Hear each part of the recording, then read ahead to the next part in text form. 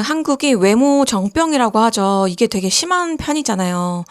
많은 분들이 이거에 공감하시더라고요. 요즘에는 진짜 별의별 기준이나 시술이 많던데 눈, 코, 턱 깎고 이런 걸 넘어서 요즘에는 뭐 요정기라고 해서 필러도 맞고 또 어깨에도 필러를 맞더라고요. 직각 어깨를 만들기 위해서. 그리고 또 인중 수술까지 하잖아요. 인중이 뭐 1.5cm 이하여야 미인이다. 막 골반이 크면 예쁘지만 대퇴골은 크면 안 예쁘다. 뭐 이런 기준도 있고요. 한국 사람들이 사실 되게 똑똑하잖아요. 근데 이 똑똑함이 심지어 이런 외모를 평가하고 분석하는 데도 쓰이고 있는 것 같아요. 그래서 정말 기준이 되게 세세한 걸 보니까. 근데 여러분, 우리가 왜 우리의 몸을 이렇게 조각조각 내서 점수를 매기게 된 걸까? 되게 생각해보면 좀 기괴하지 않아요? 만약에 이 기준을 똑같이 강아지한테 한번 적용해 본다고 생각해 보면요. 어떤 강아지는 뭐 머리가 커서 안 예쁘고 어떤 강아지는 허리가 좀 길고 또 목이 짧아서 안 예쁘다. 너무 이상하잖아요. 근데 왜 우리는 그런 기준을 우리 스스로에게 적용하고 있을까요? 이게 단순히 유행 때문일까? 근데 저는 이 답을 저랑 함께 한 1년 정도 수련한 회원님의 어떤 질문에서 찾게 됐어요. 그 회원님이 어느 날 갑자기 저한테 오셔서 이런 말씀을 하시는 거예요. 선생님, 저는 선생님이랑 제가 요가를 1년 정도 했잖아요. 근데 제 자신이 되게 괜찮은 사람 같아요. 라고 말씀을 하시는 거예요. 그러면서 당연히 요가를 하니까 제가 살도 빠지고 몸매도 예뻐지고 뭐 힐링도 되고 이럴 거라고는 예상을 했었는데요. 제 스스로가 이렇게 되게 괜찮은 사람이라고 느껴질 줄은 몰랐어요. 이게 말로 되게 설명하기는 어려운데요. 이거를 선생님께 꼭 말씀을 드리고 싶었어요. 라고 말을 해주시는 거예요. 그래서 저도 이제 곰곰이 생각을 하게 된 거예요. 저도 예전에 저 스스로를 바라봤던 어떤 저의 그 모습과 지금의 저 스스로를 평가하고 바라보는 그 시선이 완전히 달라졌거든요. 제가 원래 심리 상담사가 되려고 하다가 요가 강사가 된 케이스잖아요. 그래서 당연히 정신건강을 일상에서 돌본 관리하는 문화나 습관을 회원님께 좀 전달을 하고 싶었는데 이게 정말 잘 전달이 됐구나라는 생각이 드는 거예요. 그래서 되게 놀랍기도 하고 기쁘기도 하고요.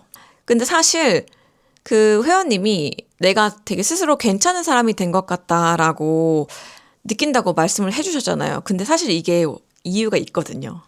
이 원리를 제가 이렇게 말씀을 드릴 수 있을 것 같아요. 제가 이제 상담사 준비를 하다가 요가 강사가 되려고 마음을 먹었을 때 굉장히 인상 깊은 논문을 하나 봤었어요. 그게 어떤 논문이었냐면 그 연구의 대상이 이제 성폭행을 당한 여성이었어요. 성폭행을 당해서 심리적으로도 굉장히 트라우마를 가지고 있는 여성들이었고, 이제 그분들이 요가를 하면서 그 트라우마를 어떻게 극복하는지에 대한 그런 연구였거든요. 여러분도 혹시라도 경험이 있으신 분은 공감할 수 있는데, 그 논문의 어떤 그 여성들이 성폭행을 당했잖아요. 당한 입장이잖아요. 근데 자기 혐오가 굉장히 강해진다는 거예요. 이런 이 나쁜 범죄자들을 미워해도 모자랄 판에 자기 혐오가 강해진다는 거예요. 이게 되게 이상하잖아요. 근데 그게 왜 그럴 것 같으세요? 나는 그저 당한 사람에 불과한데 왜 나를 혐오하게 될까? 그리고 왜 내 신체를 그렇게 바라보는 게 힘들어질까? 이거를 보고 제가 되게 의아했었어요. 처음엔.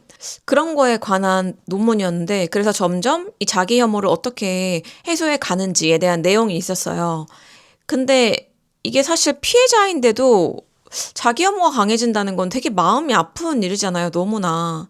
근데 이게 왜 그러냐면 저도 어렸을 때 사실 성추행 경험들이 여러 번 있기 때문에 너무나도 이해를 했거든요. 이게 더 이상 내 몸이 내 몸 같지가 않은 그런 느낌인 거예요. 이거를 대상화라고 표현을 할 수 있을 것 같아요. 그러니까 어떤 말이냐면 이게 내 몸이잖아요. 나의 뭐 팔다리, 그리고 나의 뭐 생식기, 엉덩이, 다리, 나의 어떤 내 존재의 소중한 일부로서의 내 신체인데 이거를 정말 그런 너무나도 못된 짓을 한 정말 너무 죽이고 싶을 만큼 미운 그 범죄자들이 그 범죄자들에게 더럽혀진 대상이라고 인지를 한다는 거예요. 그래서 내가 이제 혐오하는 대상으로 바뀐다는 거예요, 나의 신체가. 그러니까 이게 한마디로 내 신체에 대한 주도권이 나에게서 그 타인으로 넘어가 버린 거죠. 그 범죄자한테. 이게 무슨 말인지 좀 이해를 하시겠죠?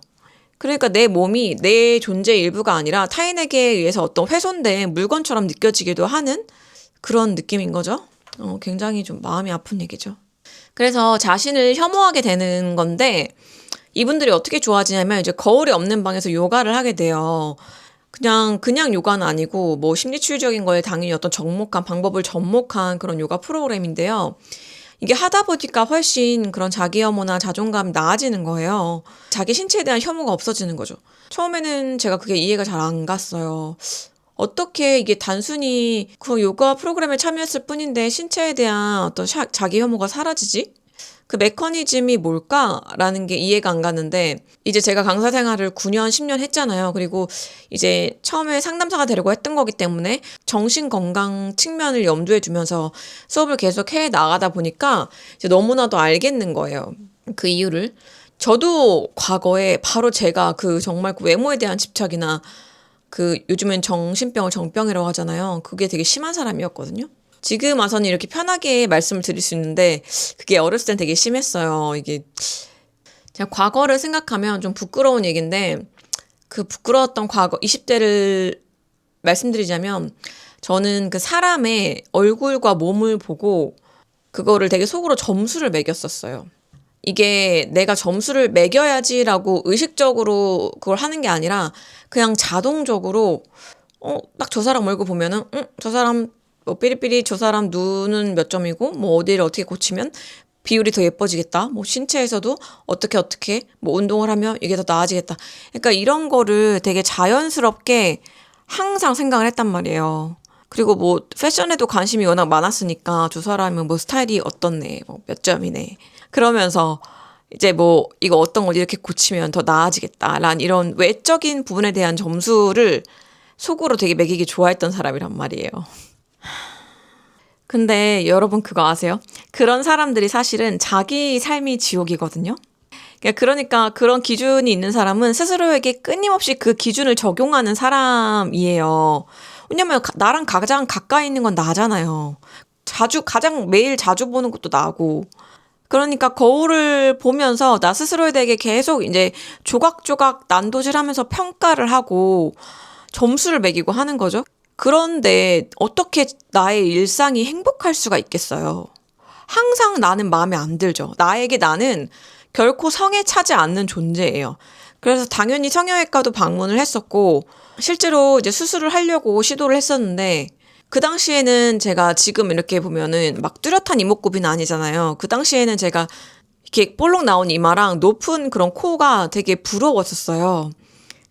그래서 수술을 하려고 갔었는데, 물론 지금은 저는 되게 스스로 굉장히 만족하고 저를 이쁘다고 생각합니다.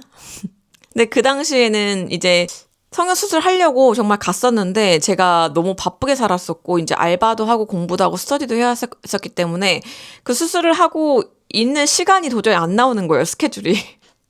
그래서 수술을 못 했었어요. 딱 시간 났을 때가 그 삼성전자 합격하고 그 발표 났을 때인데 그때 수술을 하려고 사실 마음 먹었었는데 입사 날짜가 너무 빨리 나와버려서 사실 그때도 수술을 못했고 강제적으로 수술을 못하고 이제 코필러만 한 대 맞았었죠. 지금 와서는 사실 너무 잘했다고 생각해요, 안 한 걸. 근데 이 얘기를 제가 꺼낸 이유는 저도 되게 외모 컴플렉스가 되게 심했었고 초등학교 때부터 저 스스로에 대한 그 미움, 자기 혐오가 굉장히 심했었어요.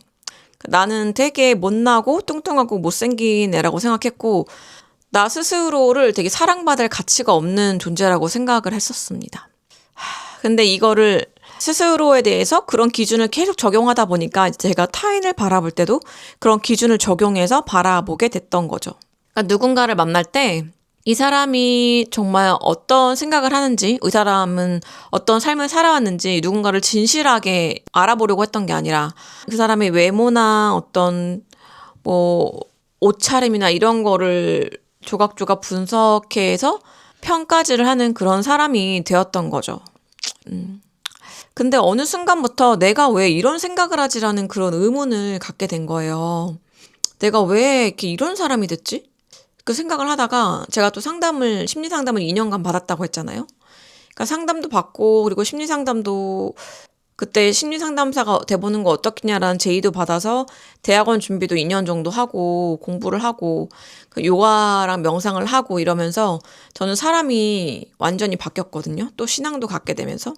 내가 왜 이렇게 누구를 평가하는 사람이 됐을까? 내가 왜 이렇게 외모에 집착하는 사람이 됐을까를 생각해보면 대부분 타인에게 안 좋은 평가를 듣기 시작하면서부터였거든요. 제가 어렸을 때 초등학교 때 남자애들이 저를 돼지라고 불렀었어요. 근데 저를 막 되게 못살게 굴고 막 혐오하는 듯이 그때부터가 좀 시작이었거든요.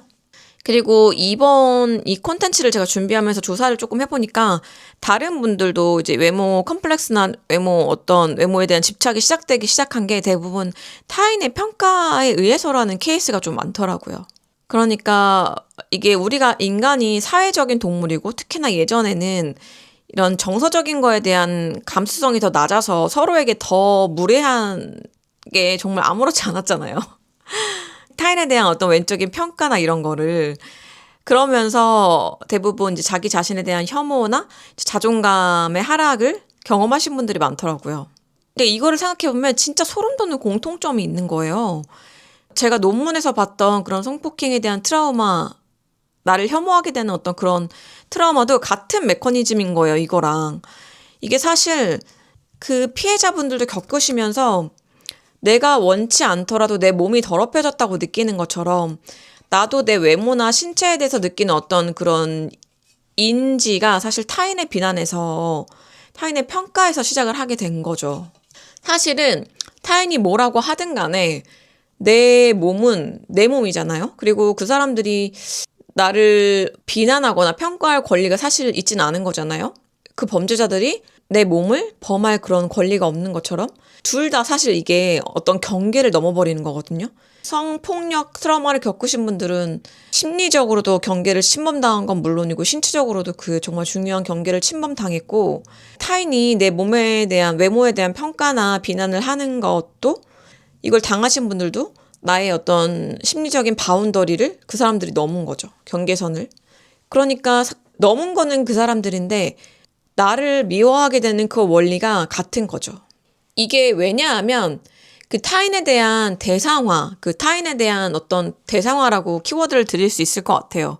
그러니까 이게 둘 다 나를 어떤 나로 보는 게 아니라 타인의 시선에 비친 어떤 대상으로 물건 같은 걸로 나를 인식을 하는 거죠. 이게 사실 우리가 우리의 외모나 신체를 어떻게 인지하냐면 이게 내 팔이고 내 가슴이고 내 허리고 내 얼굴임에도 불구하고 어떤 나의 일부로서 이거를 인지를 잘 못하는 것 같아요. 이 시대에 많은 사람들이, 왜냐하면 우리가 우리 스스로를 인지할 때 거울을 통해 보거나 아니면 타인의 평가에서 나 스스로를 인지하는 것 같아요.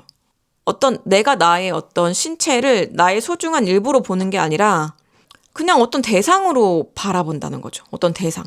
사람들의 눈에 비친 존재로 그냥 인식하게 된다는 거예요. 내가 아니라. 이게 저는 진짜 굉장히 무서운 거라고 생각을 하거든요. 이게 그러니까 나 자신을 나로 인지하는 게 아니라 어떤 타인에게 비춰지거나 반사된 어떤 그 거울에 비춰 반사되어 돌아오는 어떤 그 대상으로 나를 인지하게 되는 거라니까요. 이게 내 몸이나 내 얼굴이 내 것같이 무의식적으로 느끼는 게 아니라 내 몸이나 이런 것들을 타인의 어떤 평가에 내 신체와 얼굴을 끼워 맞추느라고 나를 혐오하게 되는 이런 상황이라는 거예요. 그러니까 이게 내 몸과 어떤 내 존재에 대한 주도권을 타인에게 넘겨주었다는 상황. 이게 되게 닮아 있는 거죠. 근데 그거를 나도 모르게 저는 하고 있는 거라고 생각을 해요. 이 경계선을 사실 지킬 수 있는 건 나밖에 없잖아요. 근데 이거는 진짜 마음이 많이 아픈 게 이 시대에 많은 분들이 그렇게 스스로를 인지하고 계시고 또 그 논문에서도 이제 성폭행 피해자분들이 요가 프로그램을 하시면서 자신의 몸에 대한 혐오가 사라졌다고 했잖아요.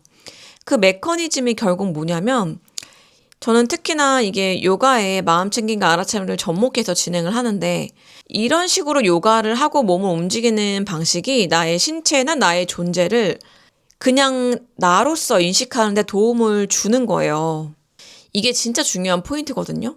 그러니까 앞서 말씀드린 것처럼 어떤 거울에 비치거나 타인에게 반사된 그런 존재로서, 대상화된 존재로서 내 신체를 보는 게 아니고 나의 일부로서 이걸 무의식적으로 받아들이게 되는 거죠. 직접적인 감각으로 나를 인지하게 되는 거죠. 왜냐하면은 거울이 없는 방에서 이제 움직임을 하게 되잖아요. 그러면 나의 신체를 알아차리면서 요가를 하게 되거든요. 그러니까 내가 팔을 이렇게 무의식적으로 확 들어 올리는 게 아니라 내 신체의 감각들이 어떻게 팔을 들어 올리는지에 대한 이런 것들을 인식을 하는 거예요. 알아차림하는 거예요. 그러면서 내 자연스럽게 나의 존재를 어떤 나의 일부, 내 것으로 받아들이는 연습을 하는 거죠. 이게 너무나도 큰 의미구나라고 깨닫게 된다는 거죠. 그래서 이제 타인이 뭐라고 짓거리든 그냥 내 몸의 주인은 나다라는 거를 깨닫는 연습이고, 또 어떤 심리적인 경계선을 내가 지키면서 나라는 존재를 결국에는 회복하는 과정이 된다는 거죠. 그래서 그 회원분이 그렇게 말씀을 하셨던 거예요. 저한테 오셔서. 저는 이제 그런 과정들을 계속 겪으면서 그 회원님도 그리고 저도 어떤 나를 타인의 평가에 반사되어 돌아오는 대상으로 인지하는 게 아니고 있는 그대로 본인을 받아들임으로 인해서 이게 정말 의미가 있었고, 그리고 마찬가지로 정말 외모 지상주의를 넘어서 외모 강박주의 그리고 외모 획일화주의까지라고도 말할 수 있을 것 같은 이 시대를 살고 있는 현대인들에게 이게 너무너무 필요한 과정이라고 저는 생각을 합니다. 그리고 저는 단순히 이 과정이 그 기분이 좋아지는 힐링 수준에서 끝나는 게 아니라고 생각을 해요. 이게 마음 챙김을 접목한 제가 진행하는 그 온라인으로 진행하는 요가 프로그램이 외모 자존감을 높이는 이유는 단순히 몸매가 예뻐져서가 아니에요. 사실 뇌과학이나 어떤 심리학적인 관점에서 보자면 나를 바라보는 관점 자체가 변화하는 거거든요. 이 핵심 원리를 제가 3가지 정도로 말씀드릴 수 있을 것 같아요. 첫 번째는 대상화에서 주체화로서의 전환입니다. 앞서 말씀드린 것처럼 우리가 외모에 대한 자기 혐오를 겪는 이유는 이게 내 몸을 남에게 보여지는 어떤 대상, 물건처럼 점수 매기기 때문이라고 말씀드렸잖아요. 그래서 일반적인 운동은 이제 사실 거울 속의 어떤 모습에 좀 집중을 하는 게 있잖아요. 그러다 보면 자연스럽게 내가 좀 배가 나왔네? 내 다리가 어떻네? 나 팔뚝이 왜 이렇지? 라고 생각을 많이 하게 되는데, 제가 그 온라인으로 진행하는 마음챙김 요가 명상 프로그램은 거울 속의 어떤 그 대상화된 모습보다 내면의 감각에 굉장히 집중을 해요. 아, 지금 내 허벅지 근육이 굉장히 단단하게 버티고 있구나. 숨이 깊게 들어오는구나. 내 몸이 어디가 자극이 오는구나. 지금 이렇게 움직이고 있구나. 이거를 느끼기 시작하면서 내 몸이 평가받는 어떤 물건이 아니라 나의 살아있는 그 일부로서 생생한 존재로서 받아들이게 되는 거죠. 그리고 두 번째는 판단을 멈추고 굉장히 비판단적으로 알아차림하는 것을 연습하는 과정입니다. 이게 외모 강박은 사실 끊임없이 자신을 비난하는 어떤 내면의 목소리에서 시작을 하거든요. 그러니까 근데 요가를 하면서 이게 몸이 떨리거나 아니면 뭐 되게 힘들거나 안 되는 동작들이 있을 때 나는 왜 이것도 못하지? 이게 아니라 나 지금 몸이 떨리고 있구나라는 거를 관찰하는 연습을 하게 돼요. 이게 반복되게 되면은 거울을 볼 때도 나 코가 낮아서 못생겼어. 이게 아니고 내가 지금 외모에 대한 부정적인 시선을 갖고 있구나라고 한 발짝 사실 떨어져서 바라볼 수가 있게 되는 거죠. 이게 마음챙김의 효과예요. 그러니까 생각에 압도당하지 않는 힘을 길러주는 거죠. 그리고 세 번째로는요, 신체 소유권, 바디 오너십의 회복이에요. 제가 앞서 말씀드렸던 어떤 성폭행 피해자들이 치유되는 핵심 원리 중에 하나라고도 볼 수 있는데요. 앞에서 말씀드렸을 때 타인으로부터 심각한 어떤 외모 평가나 비난 혹은 트라우마를 겪으면서 자기 신체에 대한 혐오가 시작되는 케이스가 많다고 했잖아요. 근데 이 마음 챙김을 접목한 이 요가는 이렇게 미세한 근육들의 움직임과 그리고 호흡을 의식적으로 느끼면서 좀 조절을 하게 이끌어요. 이 과정에서 나는 내 신체는 내 몸은 내 의지대로 움직이는 존재이다. 그런 감각이 살아나면서 타인에게 넘겨줬던 그런 신체의 주도권을 다시 나에게로 회복시키는, 가져오는 그 효과가 있는 겁니다. 결국 그 제가 진행하는 그 마음챙김 요가는 어떤 남의 눈에 비친 나를 넘어서 내 중심을 단단하게 채우는 나를 회복하는 과정이라고 생각해요. 내 몸은 평가받아야 할 성적표가 아니고요. 내가 세상을 경험하는 소중한 통로라는 사실을 내가 직접 몸의 감각을 통해서 일깨우는 거죠. 그래서 저는 이런 고민들을 되게 오랫동안 해왔고 이거를 수업에 담으려고 굉장히 노력을 해왔어요. 단순히 이제 예쁜 몸매나 자세를 만드는 이런 요가보다는 정신 건강을 일상에서 관리하는 것까지를 포함한 그런 문화를 만들고 싶어요. 그리고 정말 감사하게도 오프라인에서 그 많은 회원분들이 이제 정말 몸만 바뀐 게 아니라 너무 힐링이 많이 된다. 어떤 나 자신에 대해 생각하는 시선이 좀 달라진 것 같다라는 말씀을 이렇게 여러 번 해주셨어요. 그래서 이번에는 이제 멀리 계신 분들이나 해외에 계신 분들도 함께 하실 수 있도록 실시간 온라인 요가랑 명상 클래스를 열게 되었습니다. 온라인이어서 좋은 점이 되게 많더라고요. 이동 시간도 없고 각자의 어떤 안전한 공간에서 타인의 시선보다는 나의 감각에 정말 집중을 할 수 있거든요. 그리고 제가 이런 부분, 정신적인 부분을 말씀을 드리면 이렇게 오해하시는 분들이 있어요. 이게 정신건강에 집중되니까 운동 효과는 약한 거 아니에요? 라고 말씀을 하시는 분도 계실 수 있는데 오히려 그 반대예요. 저는 그 헬스랑 바벨 운동을 사실 10년 넘게 했고 그리고 요가 강사가 되면서부터 9년, 10년 가깝게 많은 회원분들을 지도를 해왔어요. 단순히 감성적인 힐링만 하는 게 절대 아니고 각자의 골격이나 체형이나 그리고 몸 상태에 맞는 그런 정교한 정렬을 되게 중요하게 생각을 하거든요. 그리고 무작정 막 밀어붙이는 그런 운동이 아니라 내 몸을 존중하면서 가장 어떻게 하면 건강하게 움직일 수 있는가에 대한 방법을 안내 드리는 거예요. 그리고 신기하게도 그 몸의 감각을 제대로 인지하면서 움직이기 시작하면은 오히려 속근육이 훨씬 깊게 활성화되고 또 라인도 자연스럽게 당연히 바뀌기 시작합니다. 그러니까 이 프로그램의 목표는 억지로 몸을 깎아내는 게 아니라 나와 화해하고 나와 연결되면서 가장 건강하고 아름다운 본연의 상태를 회복하는 데 있습니다.